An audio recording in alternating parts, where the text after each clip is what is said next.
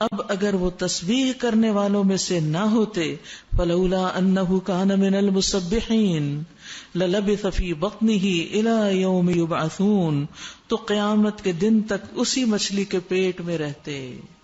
بہت بڑا سبق ہے اس میں.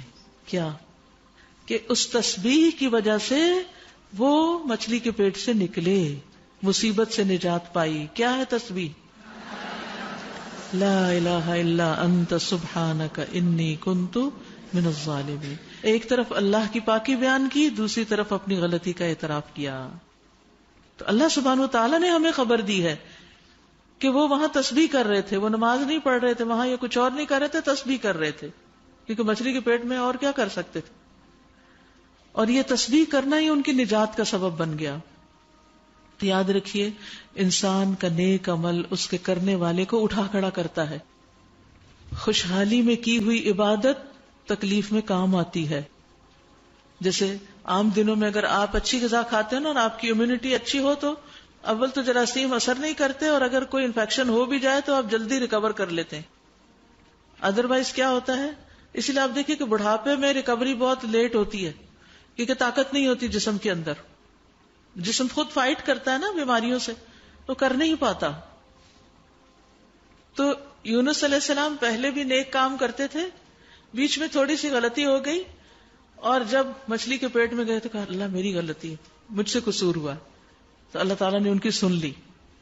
تو نیک اعمال جو ہوتے ہیں وہ انسان کی مصیبتوں کو دور کرنے کا ذریعہ بھی ہوتے ہیں.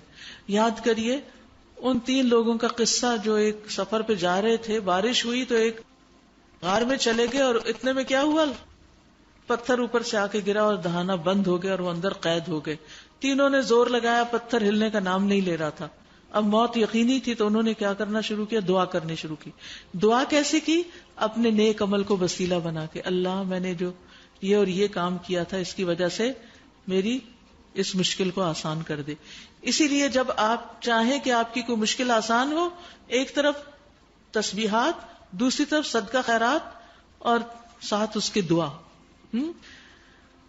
اور انہوں نے دعا کس طرح کی؟ حدیث میں آتا ہے اللہم ان کنت تعلم انی فعلت ذلک ابتغاء وجہک فافرج عنا.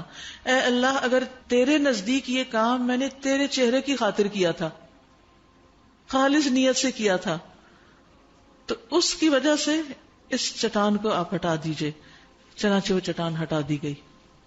تو نیک اعمال انسان کے لیے دنیا میں بھی بڑی بڑی چٹانوں کو ہٹانے کا ذریعہ بن جاتے ہیں.